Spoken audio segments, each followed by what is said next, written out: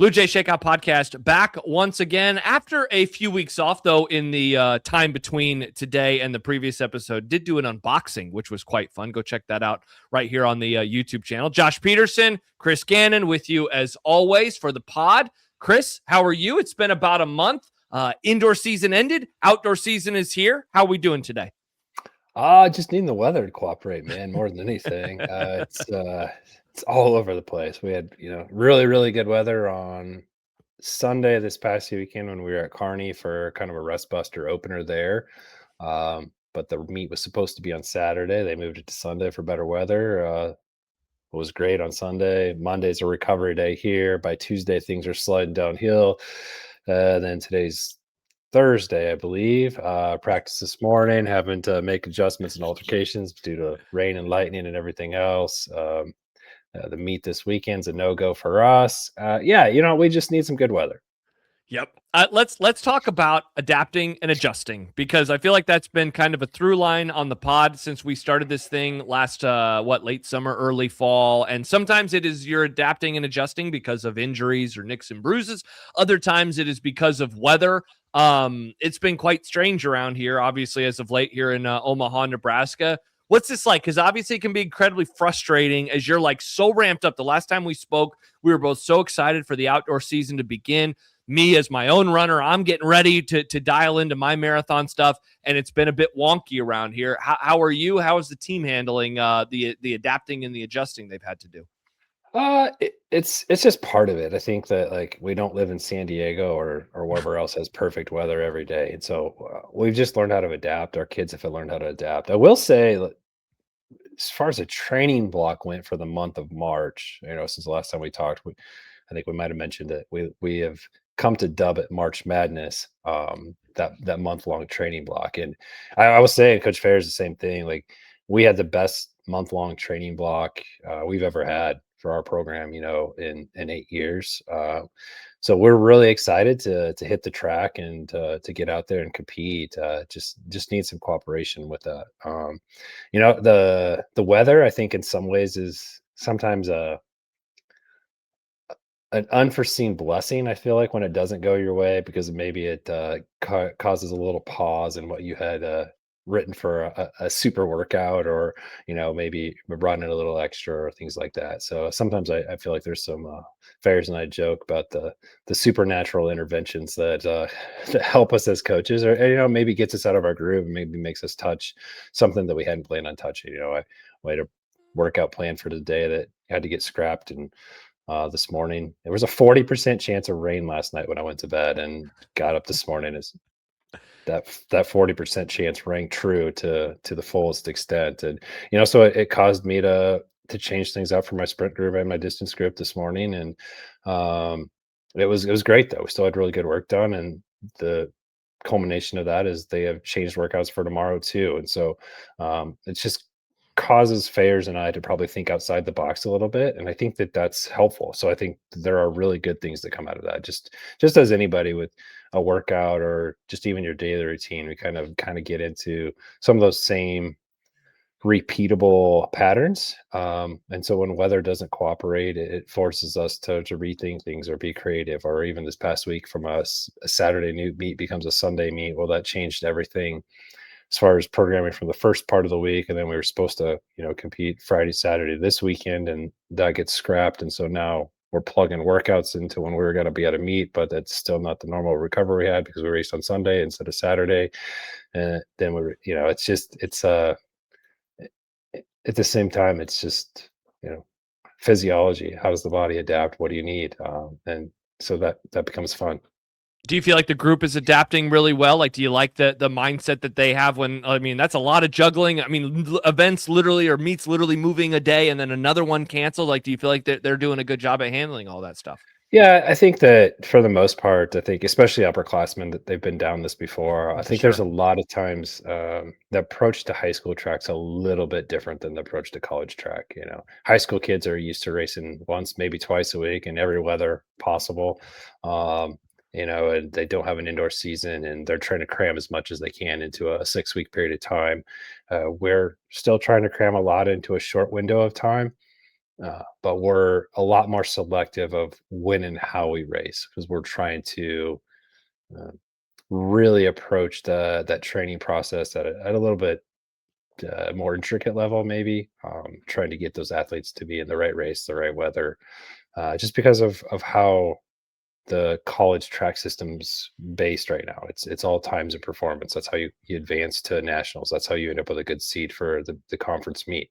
And so, unfortunately, in some ways, I think that's a very broken part of college track and field. I'd like to see us get back to racing and racing meaning something and scoring points and scored meets and duels and things like that. I think that's a beautiful part of track and field that's really lost right now, but right now we have to play the game. It's why, we're sending a couple athletes out to North Carolina in a couple weeks to run a really high caliber meet and hopefully have great weather. That's why, next week when we go to Drake, we're going to try to set a couple of those races up with kids pacing and setting the pace out of our own team. Uh, so I think that it's just, for some of the younger kids, it is a little bit of a learning curve that, hey, we don't race every week and we're not doubling or tripling every meet. And we're trying to be very selective to peak and race at our best when it matters.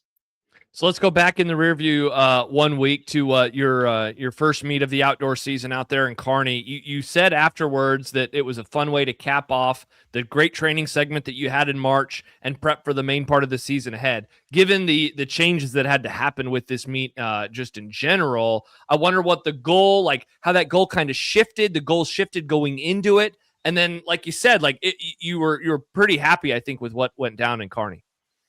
Yeah, it was interesting. So it was supposed to be a Saturday meet. The weather was terrible for Saturday, so they made the decision like on I don't know, Wednesday or Thursday to push the meet to Sunday. Um, which that's not inherently a bad thing, except for that Kearney on a bus is 3+ hours away, and we have class on Monday. So Uh-huh.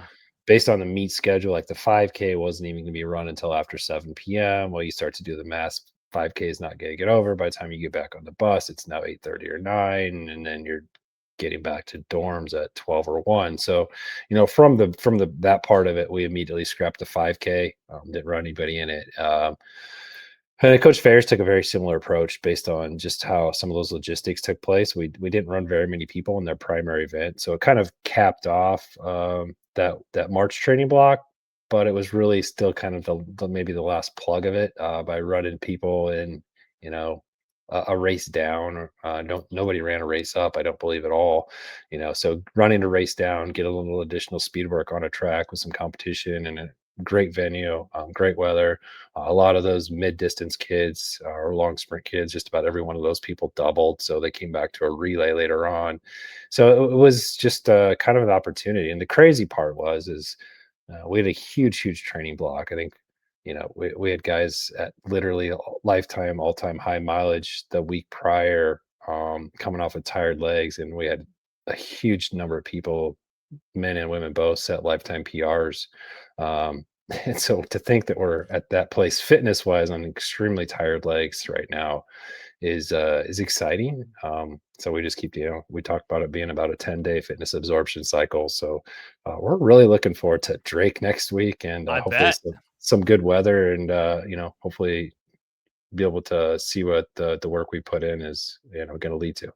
Yeah, and let's highlight a couple of individual things that happened. So first of all, you have a 4x4 with the women who not only do they win, but they set a school record time in the process. Given it, like as you just said, those tired legs, what was the game plan going into that? And I'd have to imagine everybody was over the moon about the result.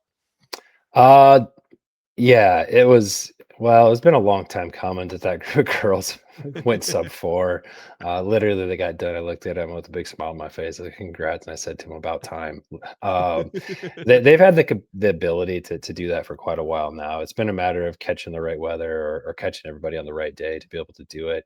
So yeah, the goal was that they were going to, go out there and smash the school record and go sub 4.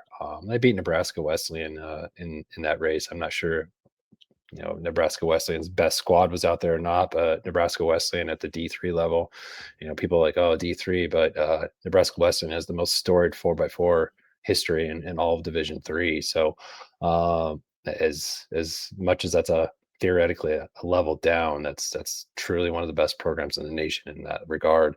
So for them to get out there and compete and to win, and to literally every single one of them split lifetime best on that relay too, which back to being off of tired legs, that's pretty exciting. And the crazy part is that our B team also broke what was the previous school record on. So that on top of that, that's pretty fun. Men's side, that group of guys all doubled back for the most part, and we split off, I think 49-6, 48-8, those first two legs of that. And then Connor Nicholson comes running home on the anchor leg there. He said he blacked out because he was running so hard, fell and at the finish line and ended up breaking his wrist. So, it was one of those ups and down type of days, but across the board, it was a solid day that we can feel pretty good about to build upon for the weeks ahead. Yeah, speaking of the men's side, 1,500, finished 234. Really good performances, including Noah, who had the second best outdoor mark in program history. So again, going back to what you said a couple of minutes ago, the tired legs and to still perform to that capacity. What was the thought process with that race in particular? Yeah, Ollie actually paced that out for us. Ollie took us through 800. The goal was actually to run 352 to 353 for Noah, and Noah ran 353. So I wasn't Excellent.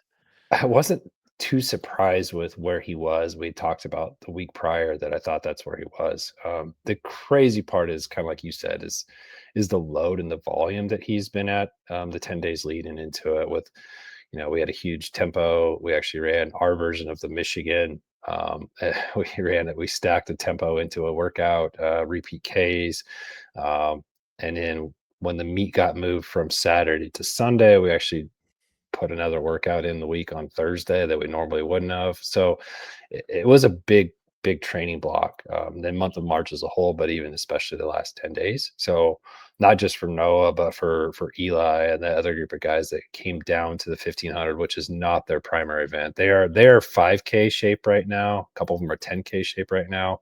Not a single one of them is 1,500 shape right now. So for that to be the result, you feel pretty good about it. And same thing on the ladies side in that group that ran the 1,500. Those are all our 5K, 10K ladies that raced down off of that same training block. So that's exciting for sure. Awesome. One more before we get out of here for the day. So next week, as you mentioned, you'll be headed to Drake in Des Moines. This is not the Drake Relays. That is coming up at the end of this month. I'm wondering, Correct. about going there though. Like, you hear Drake Relays, and if you're in the running community, I mean that there's a connotation that this has. I even remember when I ran the Des Moines Marathon at the end of 2023. Like, we got to run through the campus and we got to run on the track, and like that was a big moment of the race where it was like, I mean, I feel like my heart rate probably spiked there among all the 26.2 miles. So that's a long-winded way of saying, like, how vital is it to get there, even though this is not the relays, but this is an event at Drake? Like, just kind of, it's almost like the Hoosiers, right? Like, hey, it's 10 feet tall, it's 15 feet for the free throw. Like, is there any of that, or am I making up something in my head right now? No, it's a little bit of all of that. It's honestly one of the top 10 track facilities in the country. I mean, the U.S. championships have been there, NCAA championships have been there, and then obviously the Drake Relays, which has showcased some of the best athletes in the world. So from a facility and venue standpoint, it's as nice as anything. It's a fast track. It's full Mondo Super X, so good times come out of it. If we don't catch a heavy north wind, it's even faster. North end's opened up there. Um, it is storied, and we have some kids from Iowa on the team. So for them racing at the Blue Oval, it is awesome. Mike J is the most storied voice in all of American track and field, and he's on the announcer, and giving the call. And there's nobody better at live PA on a track meet than Mike J. So there's a lot of that. And for some of our kids who will qualify for Drake and have the opportunity to come back, it does create some normalcy. We typically compete at the Jim Duncan meet every year.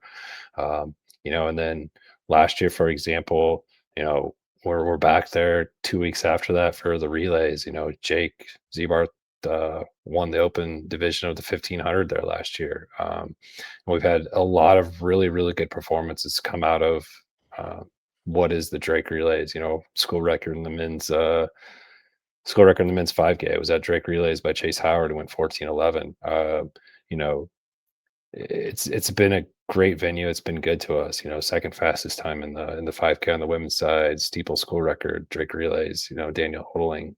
So there's been some phenomenal performances out of there, and it's a special place. It's a cool venue, kind of like you mentioned, like just being there. And Blake Bolden over at Drake.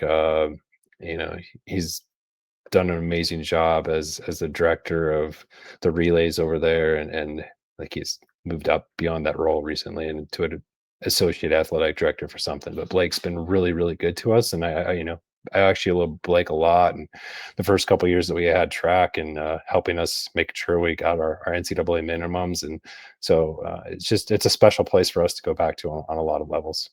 Awesome. Awesome. Awesome. Well, the next time that we get together, we will talk about that. We'll talk about the next events that are coming up for you, as hopefully by then, Chris, the weather will be better and we'll be having much more enjoyable conversations about all of that. But as I've heard coaches say many times, control the controllables. And so we'll see what Absolutely. happens. We'll see what happens in that regard. Either way, looking forward to the next conversation. Like and subscribe. We would love to have you like and subscribe here on the YouTube channel. All sorts of stuff is going up all the time. It's not just us chatting about things every couple of weeks or so. There are videos that are getting uploaded all the time. So be sure to like and subscribe on your way out the door. Chris, always fun. I'm looking forward to the next conversation. Good luck to you. Good luck to the team. Good luck on figuring out what day it is. Those are the important things right now.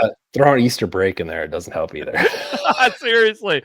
All right, everybody. Thanks for watching. We'll talk to you soon. Thanks, Josh.